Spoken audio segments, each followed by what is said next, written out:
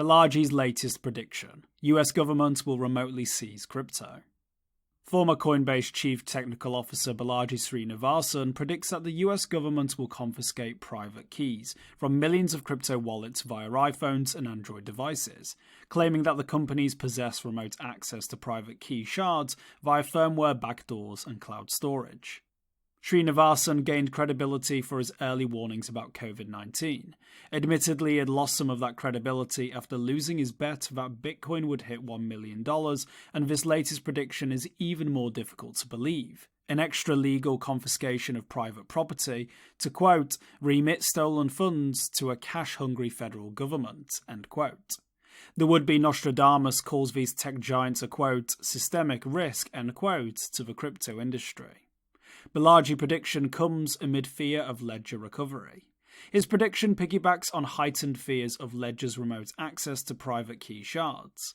The hardware manufacturing giant released a firmware upgrade for all hardware wallets, except the Nano S, that will install code for its new fully remote asset recovery service.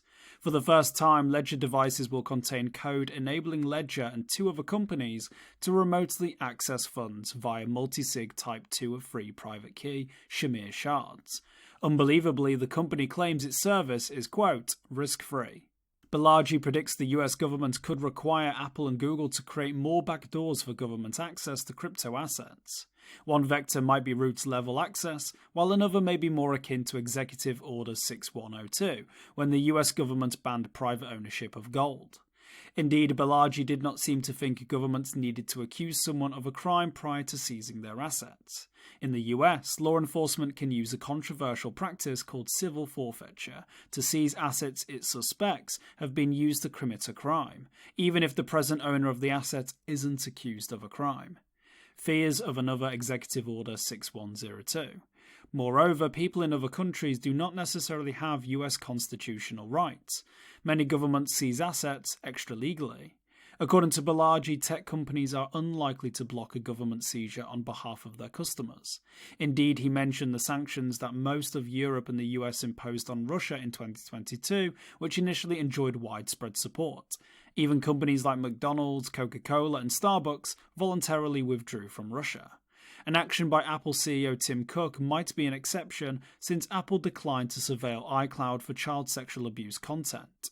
That plan would have helped law enforcement catch child abusers, but would have also allowed it to monitor other files on iCloud. Is there a way to remedy this? Balaji mentioned that switching operating systems to Linux might be a solution, but it needs to scale. Other possible solutions include avoiding devices that use iOS or Android and storing digital assets on gov't devices that don't connect to the internet. Hardware wallets that don't have cloud backups or any type of recovery service are another solution. Critics say any corporation holding shards or any other type of private key reconstruction data can conspire to seize funds. In summary, Balaji continues to gain media attention for increasingly unlikely predictions. He seems undeterred after losing his $1 million Bitcoin bet. Now he predicts that the US government will one day force Apple and Google to use backdoors to seize digital assets from Americans. He says these tech giants are a systemic risk to digital assets via their mobile devices, firmware updates, and cloud storage services. Got a tip? Send us an email or Proton Mail. For more informed news, follow us on Twitter, Instagram, Blue Sky, and Google News, or subscribe to our YouTube channel.